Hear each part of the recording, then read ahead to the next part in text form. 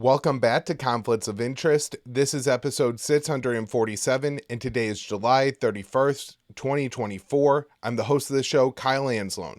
We have a lot of important news, including some breaking news to talk about on today's show. But first, I need to mention the Libertarian Institute fundraiser.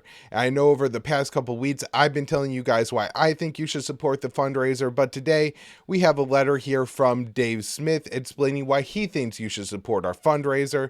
So he writes, recently, in preparation for an online debate, I asked Scott Horton for an early copy of his new book, Provoked: How Washington Started the New Cold War with Russia and the Catastrophe in Ukraine.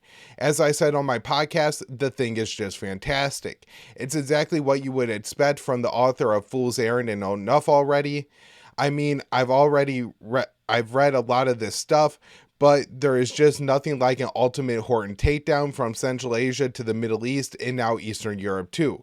So get excited. Scott and his editor, the great Will Porter, are hard at work editing this thing down to a readable length for you right now. And help support the Institute, which makes this all possible. They have 14 great books so far, with many more on the way, due to your generous support. We all love the Institute so much, so give till it hurts the IRS because of how much you get to deduct from your taxes. Right now, they even have $10,000 in matching funds to double your gift, and great books and other tokens of their appreciation too, including Diary of Psychosis by Tom Woods, the great book I gave to Chris Cuomo during our recent debate, which the Libertarian Institute also published. The government is just going to inflate all of your savings away anyways, so please head on over to the libertarianinstitute.org/donate today. And of course, as Dave says, thank you all for everybody who's contributed. I know there's been a lot of donations that came from the audience of this show, and I'm really grateful to you guys for doing that. You keep this show going with your donations to the Institute. All right, let's get into the news today. There's so much to talk about here. So, Israel assassinated the leader of Hamas's Politico Bureau, that's Ismail Haniyeh, and this was a strike in downtown Tehran that killed him. So this is a major provocation. This occurred last night, and we now have the first statements from Iran on this. So the Iranian Supreme Leader, Ali Khamenei, said on July 31st that Israel will face a harsh punishment for the assassination of Haniyeh in Tehran earlier that morning. So the statement said, Israel has secured a harsh punishment for herself by assassinating Haniyeh. Revenge for Haniyeh, who was assassinated in the sanctuary of the Islamic Republic of Iran, is our duty. The foreign ministry spokesman said Iranian organizations are investigating the dimensions and details of the incident. The newly elected Iranian president, said Iran will defend its territorial integrity, dignity, honor, and pride, and will make the terrorist occupiers regret their cowardly act. Palestinian factions have also mourned the slain resistance leader, the Palestinian Islamic Jihad, which is the lesser of the militant groups in Gaza. Hamas, of course, it is the major militant group within Gaza, but PIJ also exists and operates within Gaza. And they said on Wednesday that, quote, the sinful assassination carried out by the criminal entity against the symbol of the resistance will not deter our people from continuing the resistance to put an end to the Zionist crimes that have crossed all limits. The PIJ offered its condolences to his family and supporters and emphasized its cohesion with Hamas in resisting the usurping entity. So I think this is extremely significant and on multiple levels. It's not just the assassination of Haniyeh, which is significant on its own. Had he been killed, in Gaza which he, isn't a place where he lives, but had he been killed there, it still would have been significant, I think, more than for the Palestinians. Him being killed in Tehran makes this extremely significant, not only for the Palestinians, but also for the Iranians. And not just because the Iranians support the Palestinian cause, but because this is embarrassing. Right? If you're now a foreign leader who's going to travel to Iran, I think you really have to consider that the Iranian government cannot defend you within their capital city. And it's not that he was taken out by some kind of terrorist assassination plot where Israel uses the MEK or some other small Iranian group or some terrorist group from the Middle East to carry out the assassination in some kind of shooting or, making a bomb like a car bomb, something like that. This was apparently an airstrike on downtown Tehran that killed Hani. So this is extremely significant, and I think will cause a major response from Iran.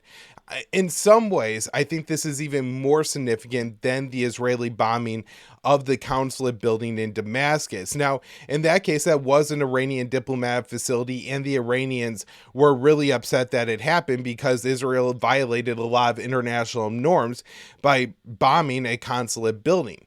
However, this, I think, is much more embarrassing for Iran because it happened on Iranian territory. When the Syrian building got hit with an Israeli airstrike, well, Israel bombs Syria all the time. Nobody really expects the Syrian government to actually have the ability to prevent Israel from bombing their buildings, even the ones in downtown Damascus. That's just something that Israel does all the time.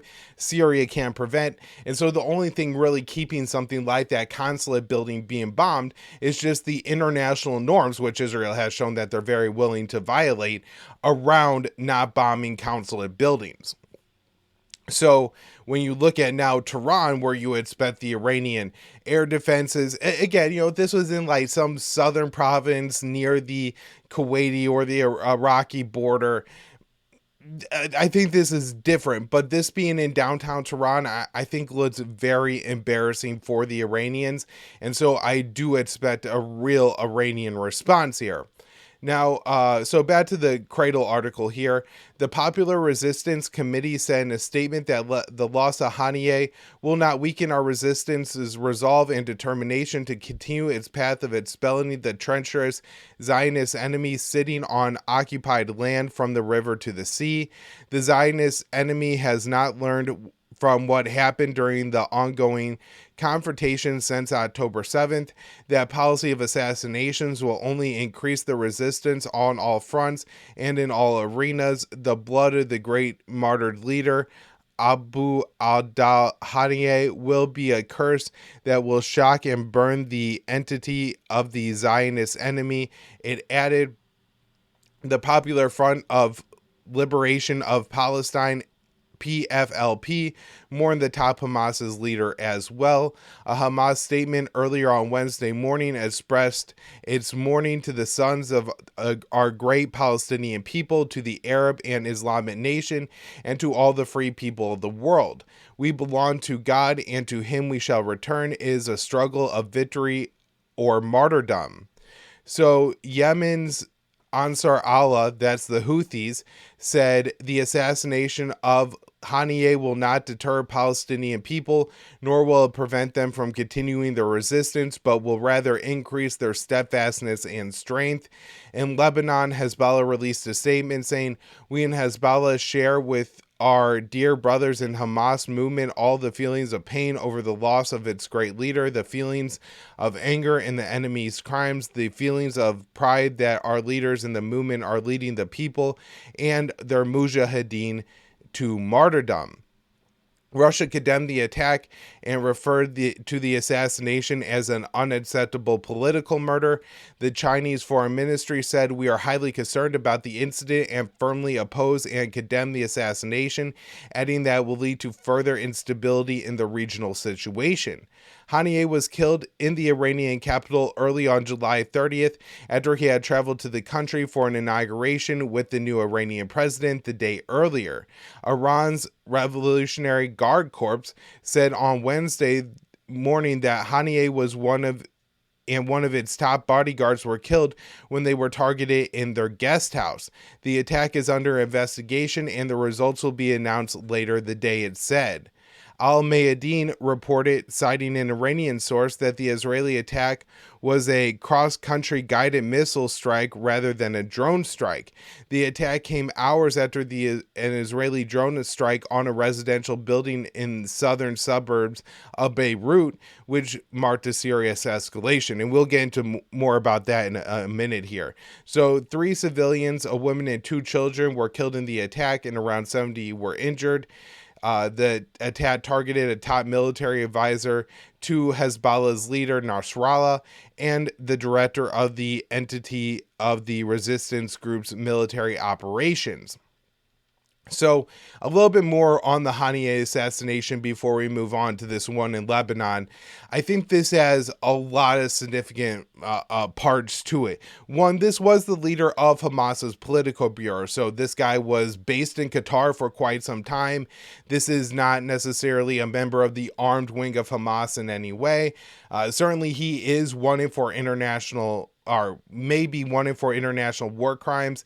The ICC prosecutor Karim Khan, when he asked for arrest warrants for Netanyahu and Gallant, he also sought an arrest warrant for Hani and 2 other top Hamas officials. Now, I think the indictment of Hani is a little bit dangerous just because this is, on the Israeli side, there's a lot of politicians, right? So if Netanyahu is indicted on war crimes, first of all, he's going to probably stay in power and just be careful on where he travels. But even if it forced him out of power, there's a lot of political death in Israel. And so it's not like there's not going to be another Israeli government to come in to negotiate with Hamas. On the Hamas side, the bench isn't quite so deep. It's not as simple as saying, oh, who's the next person to step up and take over control in negotiations. It's probably going to be a little bit of a process to figure out who outside of Gaza is able to negotiate with the Israelis and still have the communications that they need with the factions inside of Gaza to ensure whatever they're negotiating with the Israelis is something those people on the ground are actually willing to agree to and implement. And so I think this is a major blow to any possibility of talks. And I think that's probably the reason that Israel carried out this assassination, was to squash any possibility of talks. Now, we also have to look at why would they do this in Iran? It may be that they couldn't do it in Qatar because the U.S. has a military base there and Qatar is a major non-NATO U.S. ally. And so Israel bombing Qatar isn't necessarily something that would make Israel's backers in Washington very happy. But him leaving the country to travel to Iran, maybe this was seen by the Israelis as their opportunity to take them out. Taking him out of Iran, again, I think this is going to provoke a major, major response from the Iranians. I don't think it's going to, so I want to be clear here, I don't think it's going to be rushed. I think we're going to continue to see the Iranian playbook play out. And I've talked about this a lot on the show, right? Where Iran, so I guess let's talk about the dynamics here of the Middle East, where you have Iran, Hezbollah mainly, and Israel. And all 3 of these parties are capable of doing tons and tons of damage to each other and have some ability, but not enough ability to really prevent the other's attack, right? So Israel has nuclear weapons and could completely, just wipe Tehran off the face of the map. Iran has lots of missiles and drones, as does Hezbollah. And so if, of course, Tehran was nuked, Tel Aviv and parts of Jerusalem and other areas of Israel would be, again, completely wiped off the face of the map, sustain serious, serious damage. If Israel went to a more limited war with Hezbollah, again, these 2 groups, Beirut could be completely destroyed, Tel Aviv could be completely destroyed in the fighting. And so I think there's a lot of incentive from, the leadership in Beirut and Tehran and Tel Aviv to not have a direct war between these parties, because it's going to end up badly for everyone. Nobody could really defeat the other without sustaining an unacceptable amount of losses. However, there's another factor, there's another player in all this, and this is America.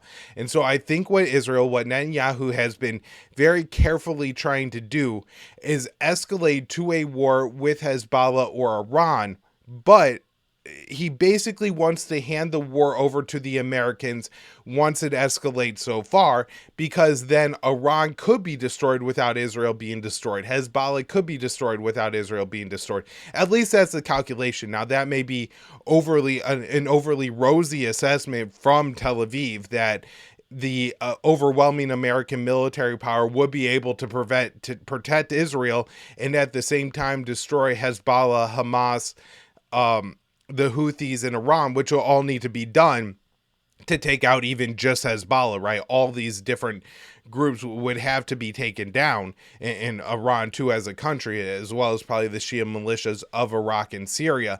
And so I really think Netanyahu is trying very carefully to escalate this war in a way that after a certain point, the escalations will be transferred to the Americans, and the Americans will take over this war for the Israelis, and we will fight the Iranians for the Israelis. We will fight Hezbollah for the Israelis. We will fight the Houthis for Israel. And we've already been, fighting the Houthis for the Israelis for the past 8 months.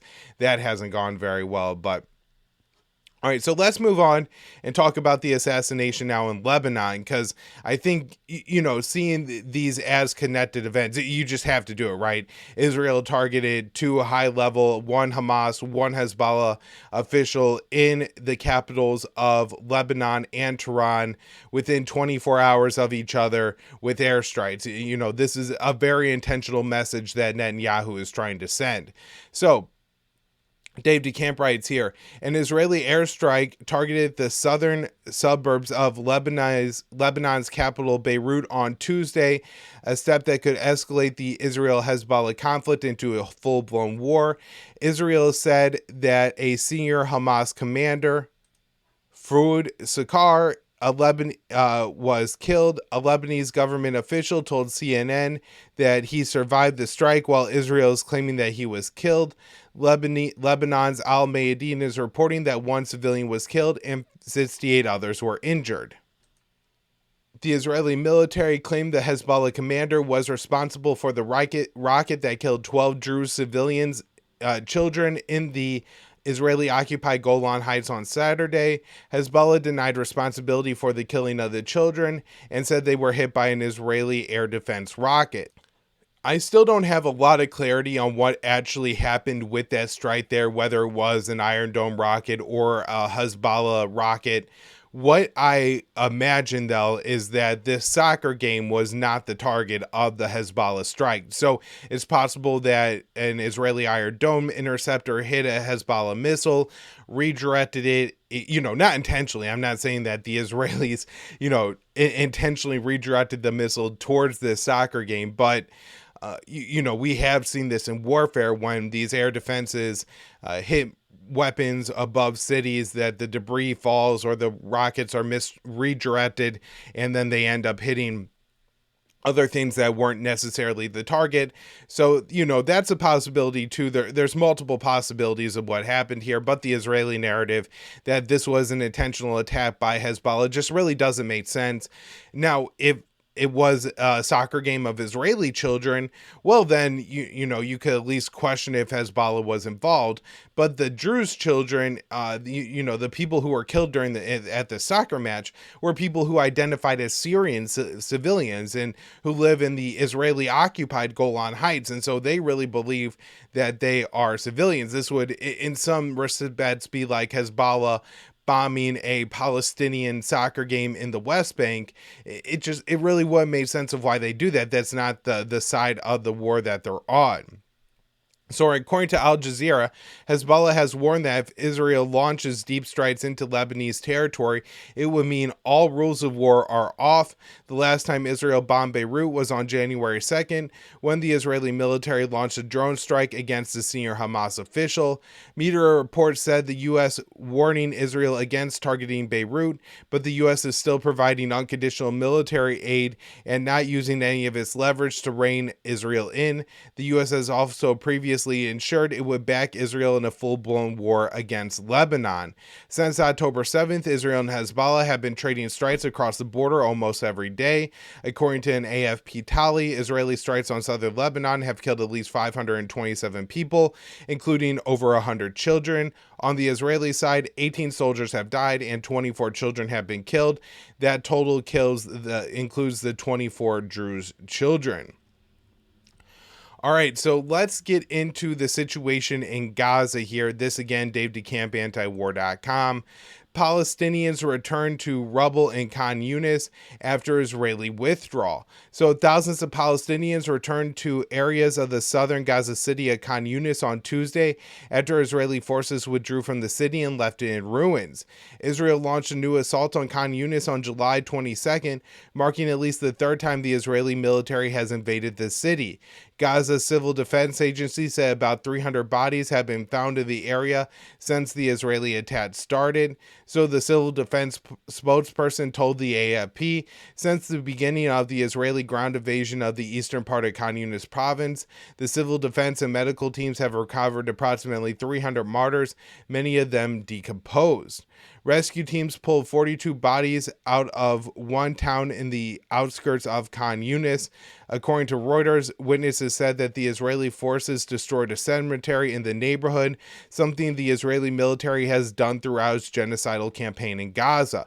Now, I think this is really important, and it's something that I've been very surprised, and maybe I shouldn't be, but has gone so underappreciated in the American, media sphere. The desecration of the cemeteries, and it's not just that these are cultural icons, and of course, cemeteries are important places for people to go and mourn, and it really is, in some respects, a people's roots to a particular area of land, and that's why it should be seen as so problematic from the American perspective of what's happening here, because of course the desecration of cemeteries and burial grounds, destroying them, eliminating them, building over the top of them, was a big part of the American genocide of the Native Americans. And so this is, really should be something that the American people take notice of right away. Like, hey, this is,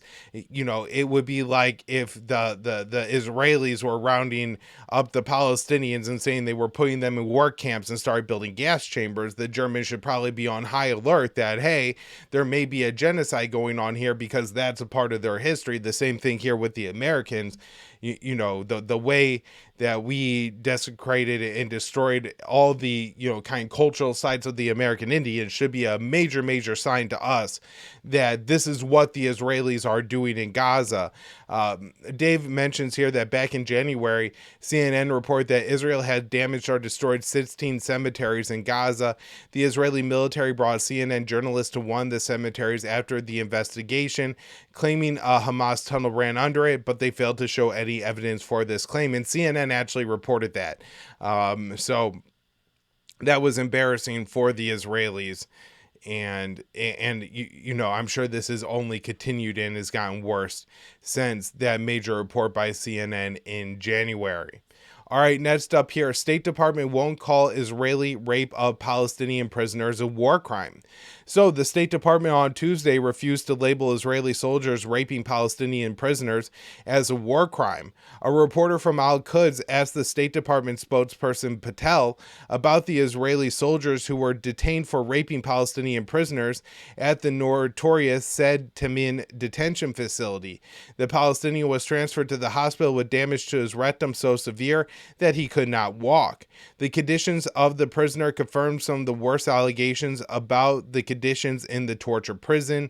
Both Israeli whistleblowers and former Palestinian prisoners have detailed torture and widespread abuse carried out by Israeli soldiers at the facility. So the reporter asked the State Department spokesperson, apparently rape and killing and torture and all these things, it happens regularly in Israeli detention camps. Does that constitute war crimes? The spokesperson replied, so the reports of abuse are deeply concerning, and we have been clear and consistent with Israel and the IDF that they need to treat all detainees humanely and with the dignity in accordance with the humanitarian law. He added that the U.S. was going to let due process play out in the case against the Israeli prisoners. So the reporter followed up asking, now, if proven true, does that constitute a war crime? And Patel responded, I'm not a legal expert. Certainly, I would imagine it would be inconsistent with Israeli law. And so this is really just bewildering. And when I, on the last show, predicted this happening, I was really hoping I would be wrong, right? That you don't want your government to come out and basically try to cover up a brutal rape. And, this is of a military that we arm, fund, support to the hilt, right? And so all this blood is on the hands of Americans as well. And to not even be able to come out and condemn this is extremely concerning. Now, a couple things that he says that I think add to the concerning. One, he says, well, it would certainly be inconsistent with Israeli law. And I'm not so sure that that's true. And the Israelis are debating right now within their own government. After the arrests were made, government ministers, members of the Israeli Knesset, went to the prison to protest the arrest of the rapist, right? There were 9 Israeli soldiers who were involved in this rape, and the Israeli members of the Knesset went there and argued essentially that there is no protection of rape for a Palestinian by an Israeli. And so the Israelis are actually arguing that this wouldn't be a violation of international law. Now, the other thing is, he says, we have been clear and consistent with Israel and the IDF that they need to treat all detainees humanely and with dignity in coordination with humanitarian law.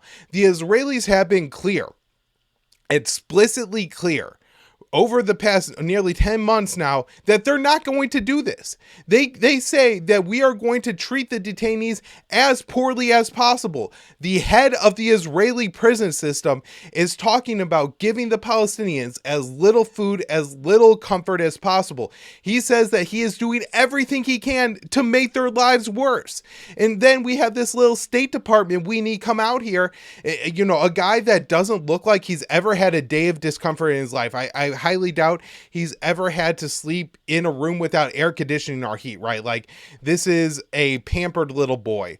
And he's going to come out here and say that, we tell the Israelis that they need to treat everyone with dignity and humanity.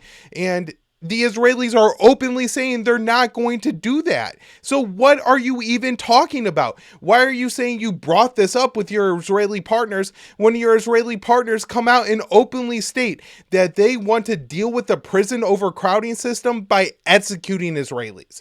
They couldn't be less humane towards their prisoners, and yet it's only the U.S. State Department who pretends that there's any humanity left within the Israeli government and IDF. All right, one more story here on Gaza. Israeli strikes hit Greek Orthodox Church in Gaza. So Dave DeCamp writes, on Monday, Israeli strikes hit a building in the compound of a Greek Orthodox church in Gaza City, marking the second time the church has been struck by Israeli forces since October 7th. According to a Facebook post from the church, 3 people were wounded in the attack. The church showed pictures that showed damage to a roof and what appeared to be a munition that didn't detonate smashed into the floor. We thank our Lord, and through the intercession of the church, everyone is fine. We have 3 moderate injuries. Thank God for everything, the church said. So a displaced Christian at the church told a Turkish media outlet that 2 missiles hit the building. I was inside the church with my child when we heard a loud explosion and we saw smoke rising. Israel does not differentiate between mosques and churches in its attack. A Palestinian Christian who was recently interviewed by antiwar.com said his aunt was among the injured. My aunt is in okay condition. She had an injury in the arm, but she will be okay. And I hope that is the case. Of course, there is such a lack of medical care in Gaza that even a minor injury like this, if it gets infected, could really get worse. So Justin Amash, a former member of the U.S. House of Representatives who is currently running for Senate, who has relatives in Gaza, said he received a call from one of his cousins after the strike. He posted on X, "I just received a panicked phone call from a cousin in Gaza. He told me there had been another strike on the church. These horrific assaults against civilians in Gaza, including Christians like members of my family, must end immediately." And of course, a lot of Zionists were attacking Amash over this, saying that it didn't happen. And when there's proof that they did, that of course the U.S. will do nothing, even if Israel continues to attack churches. It's quite wild, right? Where you have all these Republicans who will go to the convention. And if you haven't listened yet, Michael Tracy did interviews with, I would guess, between 2 and 3 dozen Republican congressmen or other top officials. And he asked them a series of questions. And 2 of the questions he typically asked were, is there inconsistencies between an American first foreign policy and the unfettered arming support, unconditional support for Israel? To which the consensus answer, I think from everyone he interviewed, was no. And when asked why, they expressed that there was a religious and ideological, but certainly religious, but maybe also ideological commitment between the U.S. and Israel. And so, right, we say Israel is the most moral army in the world as its soldiers rape Palestinians. And because it's the most moral army in the world, it's the most American-like army in the world. And therefore, we share these common values with Israel, like democracy, even though, half the people in Israeli territory are Palestinians that aren't allowed to vote. Don't mind any of that. We have these shared values, and so we had to support Israel. But additionally, there is this religious aspect where essentially they say Israel needs to be in control of the Holy Land to bring about the second coming of Christ. And so, and the Israelis are God's chosen people, and for that reason, we have to support Israel. All right, last story up here today. Israeli strikes on crucial Yemeni port caused $20 million in damages. So I wrote this one for the Institute on July 30th. An Israeli airstrike on a fuel depot an Israeli strike on a fuel depot at the Yemeni port of Hodeidah has resulted in tens of millions of dollars in damages to the important facility. Hodeidah is a crucial point of entry for food and other goods reaching the Yemeni people. So a port official estimated the damage at $20 million. He told AFP there was damage to the dock, 2 cranes were destroyed, a small vessel was burnt, and a number of buildings were scorched. He said the total would be higher once the oil ministry announced the damage to the oil infrastructure that was also targeted by Israel. On July 21st, Israel targeted the port of Hodeidah with airstrikes. The Houthi leader, Abdul Malik al-Houthi, said that the strikes were aimed at the Yemeni economy. Hodeidah is the main port of entry for many goods the people who live in Houthi-controlled Yemen rely upon, which is most of the population. 6 people died in the bombing. From 2015 to 2022, the port was largely blockaded by Saudi Arabia and the U.S. The restrictions on food and other staples entering Yemen contributed to the massive humanitarian crisis. At least 377,000 people are estimated to have been killed during the 7-year war. More than half of those deaths are believed to have been due to starvation. The Israeli strikes on Hodeidah were a response to a Houthi strike on Tel Aviv that killed 1 person. Al-Houthi said Yemen welcomed the war against Israel, explaining the war against Israel expanding. Sana'a said will continue attacks to attack Israel and disrupt shipping in the Red Sea until Tel Aviv halts its onslaught in Gaza. Along with Israel, the US and UK have bombed Yemen over 100 times in the past 8 months. The strikes have failed to deter the Houthis from targeting Israel and commercial shipping near Yemen. The US has bombed Yemen multiple times in the past week. One of those strikes came just hours before President Joe Biden declared the US was not at war. All right, everybody, that will do it for the show today. I will have more for y'all later this week. Thanks so much for tuning into the show, continuing to share the show, and of course, contributing to the Institute fundraiser.